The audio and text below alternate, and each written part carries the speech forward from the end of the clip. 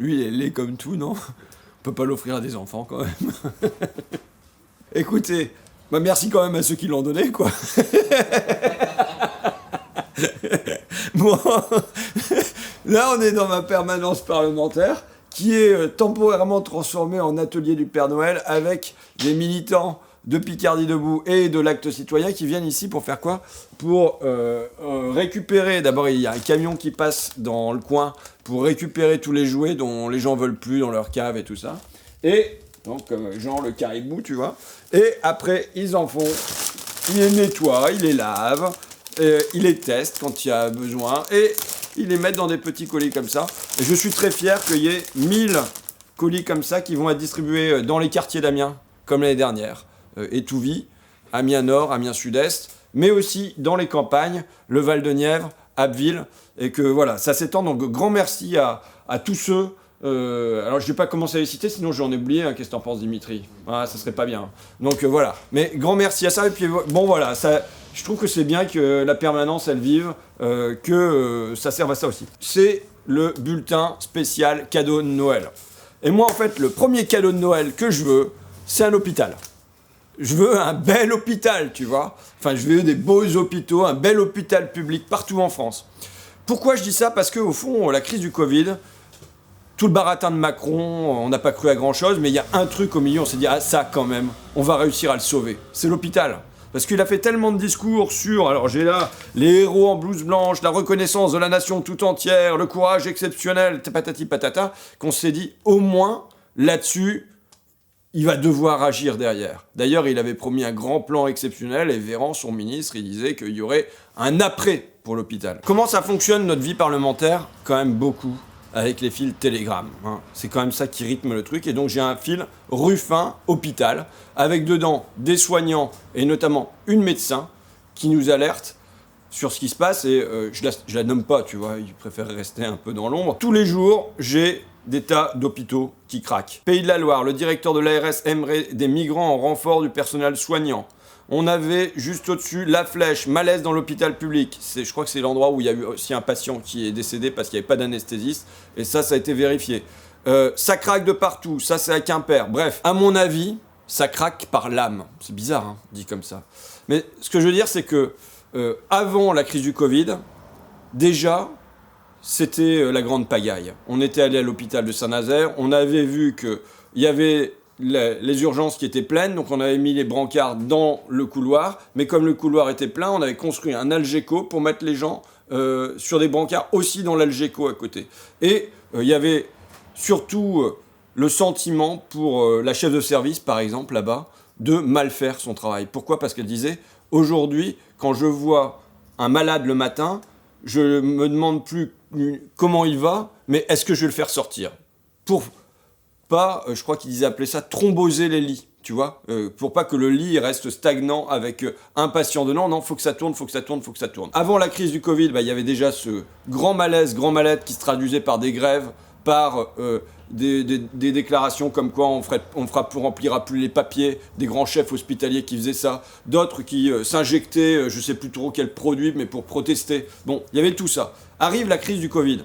Et en fait, c'est pas une crise qui fait craquer. C'est au contraire, tu sais, comme quand t'es dans une épreuve, tu te bagarres, t'es sur le ring, tu dois boxer, même si t'as mal, tu le sens pas. Et les soignants, ils ont été dans cet état d'esprit. En première ligne, comme disait Macron, boum, ils encaissent, ils prennent sur eux, ils savent qu'il faut tenir. Pourquoi? Parce que ça tient sur les nerfs et parce qu'ils espèrent. Ils espèrent, et on leur donne à espérer que ensuite ça va changer. Et paf, pour moi, le budget de la sécurité sociale de l'année dernière est une provocation. Pourquoi? Parce que dans ce budget de l'après, où il devait y avoir un grand plan d'investissement, patati patata, qu'est-ce qu'il y a dedans? Il y a 1 milliard d'euros en moins pour l'hôpital public. Il y a 0 poste de réanimateur en plus. Il y a 5700 lits en moins. C'est-à-dire que c'est la routine du démantèlement qui se poursuit. L'hôpital craque parce que non seulement les gens ils continuent à bosser beaucoup, mais en plus ils n'ont plus d'espoir. Ils y croient plus que ça va changer après. Ils y croient plus qu'il y aura...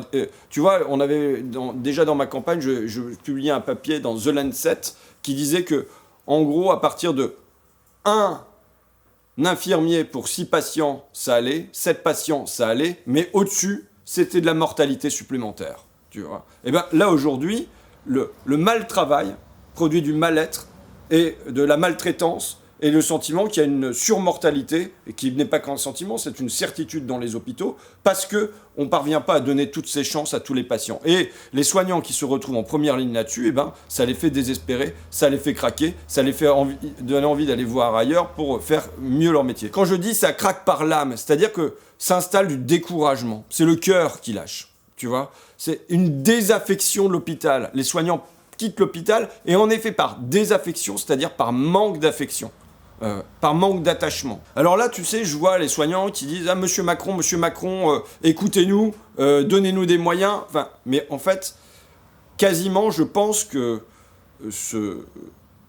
cet écroulement lent de l'hôpital, il serre les plans.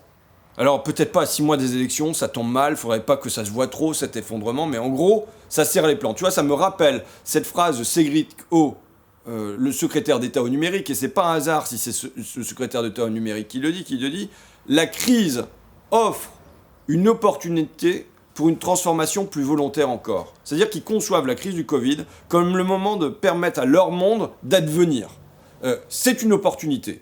Et pour une transformation plus volontaire, la question c'est qui le veut ça ? Bah eux le veulent. Et ils veulent quoi ? Par exemple, Martin Hirsch, à la PHP, il a prévu de donner un bâtiment entier pour les startups à l'intérieur de l'hôpital. Tu vois, l'hôpital va se sauver par les startups, va se sauver par le numérique, va se sauver par de l'agilité, et même, il va pas se sauver, mais à ce moment-là, ça sera les plus beaux bouts qui auront au privé. Alors là, est-ce que le président de la République, est-ce que le ministre de la Santé, est-ce que le Premier ministre sont en train de penser de manière machiavélique dans leur tête, de toute façon, cet hôpital public, on va le laisser se casser la gueule, et ensuite, on pourra donner les plus beaux morceaux aux gens du privé, aux fonds de pension, aux fonds d'investissement, qui vont faire des super cliniques, et on arrivera à une santé pour les riches qui sera bonne, et une santé pour les pauvres qui sera pas bonne? Non, je pense pas. Ils n'ont pas besoin de le penser volontairement, intentionnellement. Ils ont juste besoin de laisser faire. Ils ont juste besoin de laisser s'écrouler l'hôpital public. Ils ont besoin de le laisser mourir comme ça à petit feu, et on va arriver à une détérioration telle que on arrivera à un système à 2 vitesses qui rend pleinement les caisses et les plans des amis de Macron, mais sans qu'il y ait eu une intention, sans qu'il y ait eu une volonté, sans qu'il y ait eu un désir conscient. Il suffit de laisser faire dans cette direction-là. Et là, tu vois, j'en viens à la citation qui est vieille, mais du patron d'AXA, Henri Decazes, qui disait « Il faut une génération pour changer un système de santé ». C'était il y a 20 ans. Eh bien, on y arrive. On est dans cette génération où, si on n'agit pas maintenant, si on sort pas dehors pour dire « On veut sauver l'hôpital », si jamais la question de l'hôpital n'est pas au cœur de la présidentielle, eh ben, c'est un pan de notre système de solidarité qu'on va voir s'écrouler, tu vois. Bon, allez. Donc, pour Noël, offrez-moi un hôpital. Mais en fait, tu vois, c'est encore faire appel au petit papa Noël comme on ferait appel au petit papa Macron, tu vois. C'est pas offrez-moi un hôpital, c'est défendons notre hôpital. Donc je sais qu'il y a des tas de comités qui se lancent partout. Évidemment, j'invite à les rejoindre, mais moi, je pense qu'il faut que la question de l'hôpital, elle soit l'un des cœurs, on va pas faire que sur un motono thématique, mais l'une des questions de la présidentielle. Bon. Ouais, vas-y, on va sortir dehors.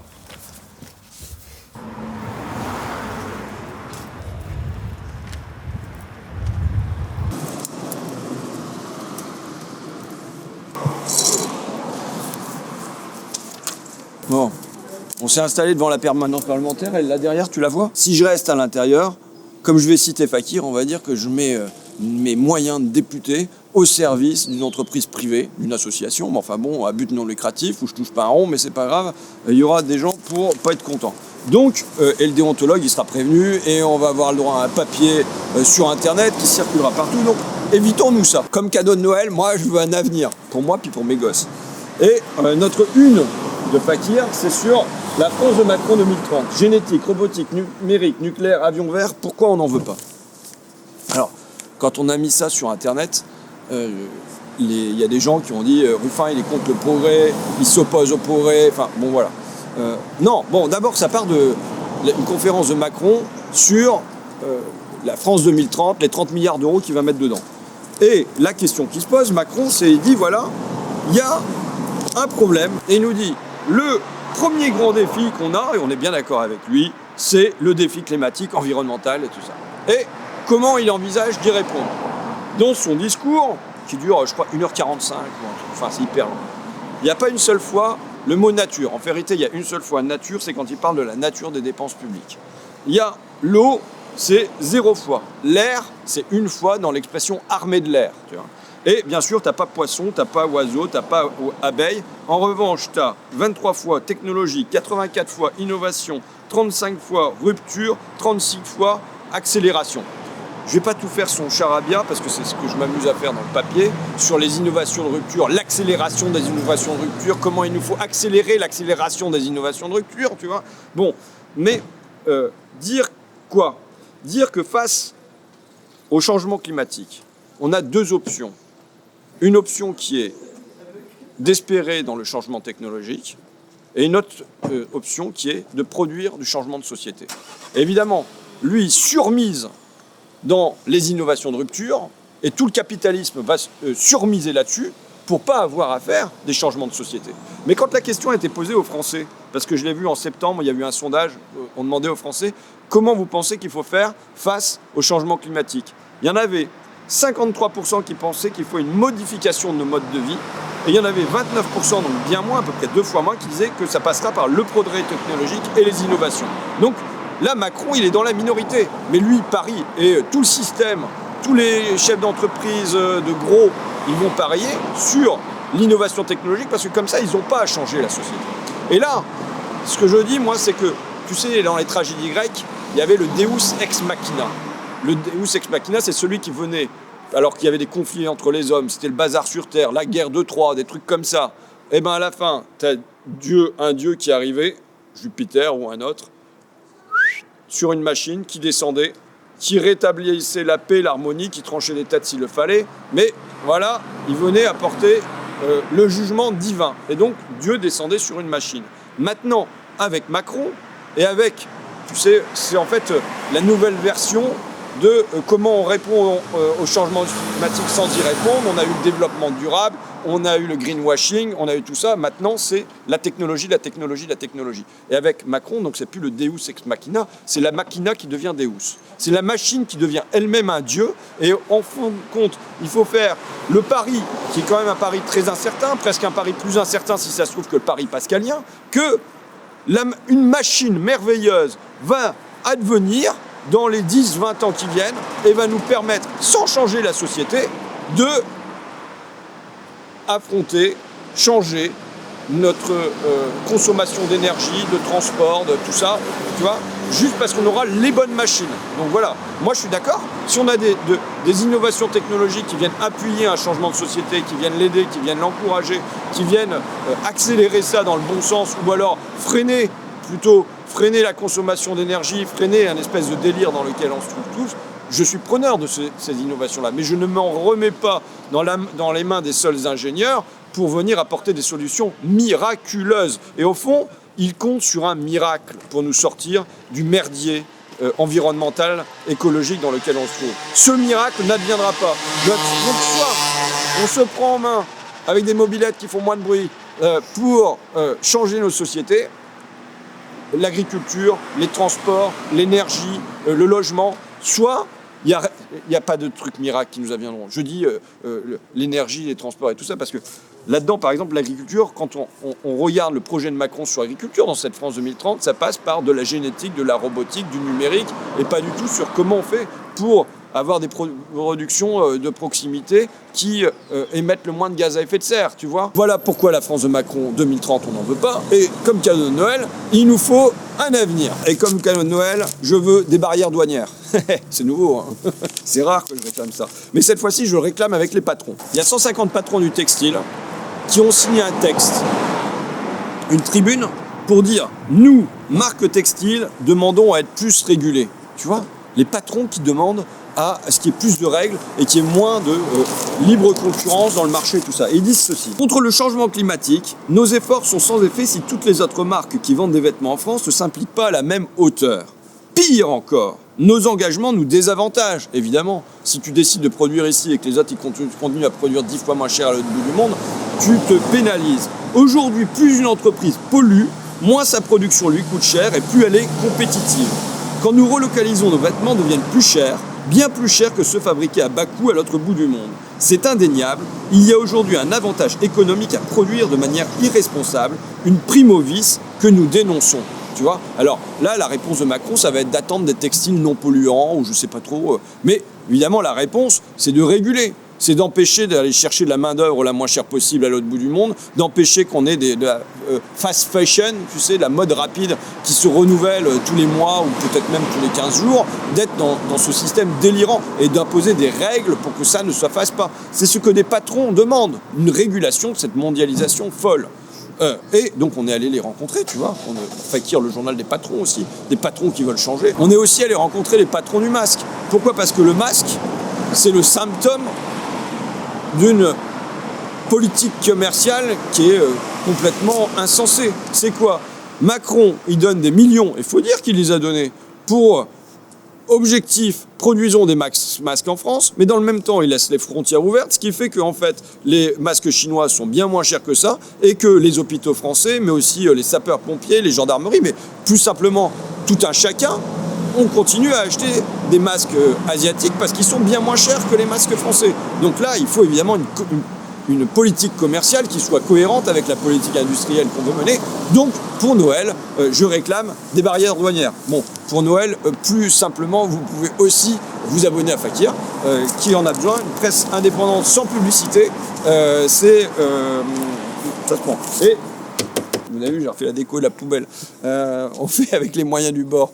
Mais pour Noël, vous pouvez s'y commander sur le site de Fakir le DVD de Debout les femmes, que vous recevrez qu'en février. Il faut être honnête avec les gens, hein, parce qu'ils l'auront. Voilà, une précommande. Vous ne l'aurez pas à mettre au pied du sapin, mais vous pourrez mettre une carte postale au pied du sapin, un petit mot en disant voilà, tu auras le DVD en février. Si tu n'avais pas le pass sanitaire pour rentrer dans les cinémas, eh ben, tu pourras le regarder dans ton salon et puis on pourra inviter plein de copains à regarder ça dans le salon avec nous. Bon voilà, donc ça c'est sur le site de Fakir, fakirpresse.info. Bon, on va retourner à l'intérieur parce qu'après j'ai d'autres cadeaux de Noël à vous proposer, mais où j'ai pas d'intérêt financier, même si j'ai pas d'intérêt financier dans Fakir non plus, mais enfin bon. Bon, on va tourner un autre petit complément, mais devant mon autre bureau à l'Assemblée nationale, c'est la pub pour, là c'est un vrai cadeau de Noël, quoi, tu vois, notre beau livre, Jean de France, une réédition des romans photos de Jean Telet, qui ont été pour moi une source d'inspiration extraordinaire, et avec derrière notre entretien avec Jean Telet qui se termine sur la figure de François Cavana, parce que c'est quand même notre grand-père à tous. C'est un vrai inspirateur, je pense. Donc voilà, ça coûte 38 €, c'est sur le site de Fakir. C'est du vrai beau livre pour cadeau de Noël, puis on va aller faire les autres à l'intérieur de ma permanence. Donc c'est la séquence télé Ruffin, c'est ça ? Le téléachat. Je suis un gros joueur. Alors, j'ai mon jeu favori. Je peux pas en parler. Vraiment seulement très très en privé, je peux vous confier lequel c'est, mais c'est pas du tout politiquement correct. Donc voilà. Écoute, les jeux coopératifs en général ça m'emmerde, tu vois. Et là, The Crew. Il y a en mission spatiale, pourtant c'est un univers qui est pas du tout le mien. Et là, il y a en mission sous-marine, et franchement, c'est super. Donc ça se joue avec des mômes, je sais pas de quel âge c'est marqué, 10 ans, mais enfin, ça fonctionne. Et vraiment, pour un jeu coopératif, moi qui suis pas fan. Alors là, tu as un jeu qui est complètement pas coopératif. Ça, c'est sur la révolution de 1917, c'est les rouges contre les blancs. T'en as un qui va être Kerensky, l'autre qui va être Lénine. Tu peux sortir Trotsky, qui à un moment bascule et change de camp. Enfin, tu vois, il y a des trucs comme ça. C'est vachement pas mal, c'est un peu compliqué à y jouer, mais vraiment, je recommande Dual Powers. J'ai fait mon été dessus. J'en viens au livre. Il y a 2 livres que je veux présenter côte à côte. Il y en a un qui est super connu, mais que franchement, je trouve formidable. Donc, Édouard Louis, Changer méthode. Et pour moi, qui est son meilleur bouquin. Et qui en même temps, comment finalement retrouver une fidélité à ce qu'on a été auparavant. Et pour moi, tu vois, quand je le lis en miroir quasiment, c'est ne pas changer méthode. C'est-à-dire comment tu deviens député et tout ça, et t'essayes de pas changer. C'est pas facile non plus. Mais lui, c'est un changement tout à fait radical. Et là, je le présente en vis-à-vis parce que c'est bizarre, c'est d'une génération avant. Donc c'est publié par notre copain Philippe aux éditions du Labyrinthe. Jean-Paul Delahaye, donc, qui est beaucoup plus vieux que Édouard Louis, sans lui faire ombrage, mais qui est du même coin. Tu vois, ils doivent habiter à 15 bornes de différence. Et c'est une génération avant, la même sortie de la galère, la même sortie de la misère. Et avec, ce que je trouve beau dans les deux livres, c'est aussi la place de la mère. Tu vois, c'est la mère qui porte la famille et c'est la mère qui offre un point stable. Tu vois, je vais te lire un passage. Puisque je parle de la mère, c'est le seul moment où il va la voir, Jean-Paul Delahaye. Donc, sa mère parvient à prendre des congés et ils vont au Tréport pendant 15 jours, tu vois. Bon, ça dure pas longtemps. Et pendant qu'ils sont au Tréport, ils peuvent pas aller manger au restaurant. C'est vraiment la misère. Hein. Et donc, il colle son nez au restaurant pour regarder le homard et tout ça à l'intérieur du resto. Et il dit, plus tard, en lisant Marcel Proust, j'ai pensé à nous quand on regardait les beaux restaurants, en particulier celui du Casino du Tréport. Dans À l'ombre des jeunes filles en fleurs, l'auteur nous parle de cette salle à manger du grand hôtel où il est en train de dîner. Citation. La grande salle à manger, celle-ci devenait comme un immense et merveilleux aquarium devant la paroi de verre duquel la population ouvrière de Balbec, les pêcheurs et aussi les familles de petits bourgeois, invisibles dans l'ombre, s'écrasaient au vitrage pour apercevoir lentement balancée dans des remous d'or la vie luxueuse de ces gens, aussi extraordinaire pour les pauvres que celle de poissons et de mollusques étranges. Et là, entre parenthèses, et c'est Proust toujours qui est finalement un grand analyste social, mais un grand analyste social des micro-différences à l'intérieur de l'aristocratie et de la bourgeoisie. Et là, c'est l'un des rares moments où il y a une existence du peuple à l'intérieur.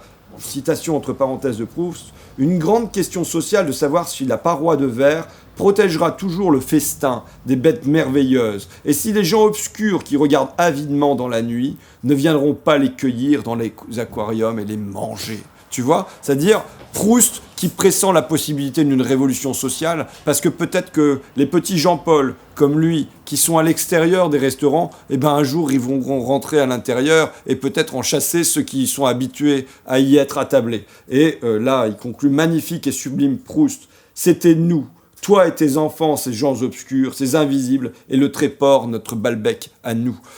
Donc voilà, c'est comment il fait l'effort pour sortir de la misère, devenir prof, devenir ensuite alors un grand, je sais pas, on appelle DGESCO, je crois, directeur général de l'enseignement scolaire, et comment à ce moment-là il essaye de mettre en œuvre des réformes pour que les pauvres soient moins maltraités dans l'éducation nationale ou soient mieux traités, tu vois. Donc franchement, j'ai trouvé que c'était un très beau livre qui risque de passer inaperçu. Peut-être que, je ne sais pas si Édouard Louis accepterait de rencontrer Jean-Paul Delahaye, mais ça peut être une rencontre qui a du sens quand, voilà, on a deux parcours à 20 ans d'intervalle, ou peut-être plus, mais surtout à 15 km de différence, quoi. Tu vois, hier, je suis allé voir Aline, c'est un film sur Céline Dion. C'est con, mais tu sors de là, t'as envie. Et je crois que les œuvres d'art, c'est fait pour ça, tu vois. C'est fait pour te redonner l'envie, tu es un peu plof, plof, comme ça, et puis elle la pêche, elle chante, même s'il y a une super grosse baraque à Las Vegas que j'aime pas trop, avec comment ça s'appelle les grandes voitures là ? Des limousines, hein ? Une énorme limousine, tu vois, il y a des passages, bon, c'est pas mon monde, mais en même temps, elle a la patate, elle a envie de donner la patate, et ça marche plutôt pour les spectateurs du film. Bon, et ben je trouve que les œuvres, c'est fait pour ça. Et donc il y a plein de trucs qui, moi, me redonnent de l'envie, soit parce que ça me fait mieux comprendre une question, tu vois, type la force de l'ordre. En général, j'aime pas les BD pédago, les films pédago, mais là, je trouve que c'est très réussi comment une enquête ethno-sociale devient une bande dessinée, quoi. Bon, tu vois, là, les ensembles contraires, tu connais, hein, c'est la première BD que je t'ai filée quand t'es arrivé à Amiens, c'est ça ? Donc, c'est deux copains d'enfance qui jouent au ping-pong l'un avec l'autre, et se dégage de ça une espèce de nostalgie, de mélancolie, et qui fait du bien parce que ça peut t'accompagner dans ta nostalgie et ta mélancolie, tu vois. Et donc, bah voilà, bon. Après, donc, il y a les BD que je lis en ce moment avec ma fille. Alors, il y a Médée. Comprendre cette figure mythologique de l'intérieur de son âme, une femme qui se révolte, en fin de compte, contre les hommes et contre son destin. C'est comme ça que ça nous est présenté. Et Rosa la Rouge, que j'ai lu aussi avec ma gamine, sur Rosa Luxembourg. Qui est un personnage qu'au départ, de loin, j'étais pas trop fan, tu vois. Le côté un peu spontanéiste, la révolution, elle doit se faire toute seule. Bon, et en fait, en lisant la BD, tu te mets à l'adorer. Adorer cette gamine, je sais plus ce qu'elle a comme maladie, mais enfin, elle n'arrive pas à marcher lors de ses premières années, ce qui va, en fait, sans doute l'amener à un destin hors norme, quoi. Et aussi, comment aussi, comme femme, elle montre une immense liberté amoureuse, sexuelle, voilà, voilà, c'est très beau livre. D'ailleurs, ça me permet d'enchaîner avec un essai. Je le recherchais l'année dernière, il me semble. J'arrivais plus à le retrouver. Et là, je l'ai retrouvé entre-temps. Sébastien Haffner, Allemagne 1918, une révolution trahie. Ça, sur ce qu'on appelle la révolution spartakiste, mais que lui se refuse à appeler la révolution spartakiste parce qu'il dit qu'au fond, c'était quoi les gens qui se sont révoltés? C'était juste des gens normaux, c'était des sociodémocrates. Mais l'élite sociodémocrate a refusé de les entendre, a refusé de les accompagner dans le mouvement révolutionnaire, et donc du coup, ils ont été obligés de se trouver une autre voie, mais au départ, c'était pas du tout une révolution communiste, c'était pas du tout un truc téléguidé par l'Union soviétique, c'était pas du tout un truc de Karl Liebknecht et Rosa Luxembourg, de spartakistes. Juste, eux, ils ont accompagné un mouvement que les sociodémocrates se sont refusés à accompagner, et même, ils l'ont trahi à plusieurs reprises, ils ont écrasé les gens qui se rebellaient à ce moment-là, et il montre comment, d'après lui, ça a ouvert la voie au nazisme. Donc bon, franchement, il faudra faire une émission un jour, que je le relise, et puis il faudra faire une émission entière, parce que c'est vrai que ça te prévient contre la social-démocratie aussi. Tu vois, quand tu lis ça, t'as pas trop envie d'y retourner. Bon, enfin. Et alors ça, c'est écrit par un mec de droite, hein, François Kersoli, ça se sent très bien à quelques moments du bouquin. Mais c'est l'un des grands livres que j'ai lu cette année, quoi. Le destin de Winston Churchill. C'est quand même quelque chose. D'abord, homme de droite, mais bizarrement, qui peut passer d'un côté à l'autre, et y compris, tu vois, on sait, tu sais, quand t'es dans l'Assemblée, tu te vois mal, t'appartiens aux insoumis, tu te vois mal te lever de ton banc et d'un seul coup aller t'asseoir avec les républicains parce que t'es plus d'accord avec eux qu'avec les insoumis, tu vois. Non seulement je suis plus d'accord avec les insoumis quand même, mais en plus tu sens très bien que physiquement c'est quelque chose, tu vois, il faudrait t'arracher à plein de trucs. Et ben lui il le fait. Parce qu'il est en désaccord avec la droite, à un moment, il traverse les rangs et il va s'asseoir avec les libéraux, plutôt avec la gauche. Bon, et puis après il va revenir avec les conservateurs. Mais son rôle, évidemment clé dans la Deuxième Guerre mondiale. Et là, c'est magistral. Alors, il y a une anecdote que je voudrais donner. On peut dire que quasiment à lui tout seul, il a tenu l'Angleterre par ses discours, par la force du verbe, par sa volonté, par son désir de ne pas lâcher, tu vois, et que quelque part, si l'Angleterre avait lâché à ce moment-là, on ne sait pas ce que serait devenir l'Europe et on ne sait pas ce que serait devenu le monde. Je crois qu'il y a des moments où il y a des hommes qui ont des responsabilités clés, hein. Il y a les grandes masses, il y a les mouvements sociaux, il y a tout ça, mais il y a peut-être aussi des moments où des hommes jouent un rôle clé dans l'histoire. Et donc, par exemple, il y a un moment qui... Alors, me fait rire, quand je dis ça, les gens ils disent putain, dis donc, il y a combien de centaines de milliers de morts derrière ta rigolade, quoi. C'est quoi? C'est la bataille d'Angleterre.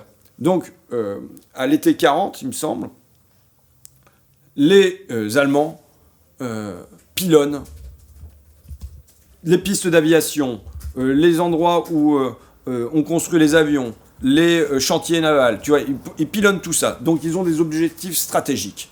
Et il n'y a quasiment plus de défense anglaise. Elle est ratiboisée. Les Allemands, ils passent là-dedans comme dans du gruyère, ils balancent leurs bombes un peu comme ils veulent. Et à un moment, il y a une bombe qui touche Londres, il me semble. Et là, Churchill, il n'est pas content. Il n'est pas content en général quand même, quand tu vois, quand tu as des bombes qui te tombent sur la gueule. Bon. Mais il décide d'envoyer des avions pour aller bombarder Berlin. Mais alors là, tous les chefs militaires anglais, ils disent « Mais c'est n'importe quoi, jamais on va y arriver » parce que les Allemands, ils ont toutes les défenses qu'ils veulent. Alors sur 30 avions qui sont envoyés, il y en a un qui parvient peut-être à Berlin et qui n'arrive pas à faire le retour, et puis il lâche 3 bombes, quoi. Enfin, vraiment, c'est pas du tout probant. Mais qu'est-ce qui se passe? Et donc, mais il continue à le faire. Il continue à envoyer ses avions au casse-pipe, Churchill. C'est un non-sens stratégique complet. Et là, qu'est-ce qui se passe? Il énerve Hitler. Hitler, il s'énerve et il dit « Bon, si c'est comme ça, qu'est-ce que je vais faire? S'il vient pour bombarder Berlin, moi, je vais aller bombarder toutes les villes anglaises. » Et donc là, il déplace ces bombes, à la place d'aller sur les aéroports, tout ça, il se met à bombarder Londres massivement, à bombarder Coventry, c'est la bataille d'Angleterre. Et là, en fait, à ce moment-là, les chefs des armées anglaises disent « on va gagner ». Pourquoi ? Parce que en bombardant la population, ils se détournent des objectifs stratégiques, ce qui va leur permettre de reconstruire des navires, de reconstruire des avions, de remettre en ordre leur défense, de remettre en ordre leur piste d'aviation. Et donc, en fait, Hitler, par agacement, fait une erreur stratégique majeure. Et donc, tu vois, t'as des espèces d'absurdités de l'histoire qui reviennent comme ça. Donc, bon, enfin, un destin formidable que celui de Winston Churchill. Voilà. Bon, alors, là-dedans, écoutez-vous, je crois, moi, à la force des œuvres qui animent. Tu vois, animer, ça touche à l'âme, ça réveille. Et ce qui peut nous arriver de pire, c'est pas seulement de perdre, mais c'est d'être découragé, tu vois. De plus avoir envie, l'envie d'avoir envie, comme disait Johnny. Et ça se nourrit tous les jours, comme c'est du bois que tu dois mettre sur tes braises pour que ça se rallume, que ça se rallume, que ça se rallume. Et donc, il y a les rencontres avec les gens qui peuvent produire ça. Tu vois, franchement, quand je vais sur le parking de Leroy Merlin, quand je vais voir les transdev, quand je suis avec les sages-femmes de Pocher, je sais quel est mon rôle et ça m'anime, ça me réveille, tu vois. Et je pense que les œuvres, les films, les livres, aussi, ça participe d'animer, de ranimer et de donner à espérer, quoi. Bon, voilà, donc en route pour 2022 avec tout ça.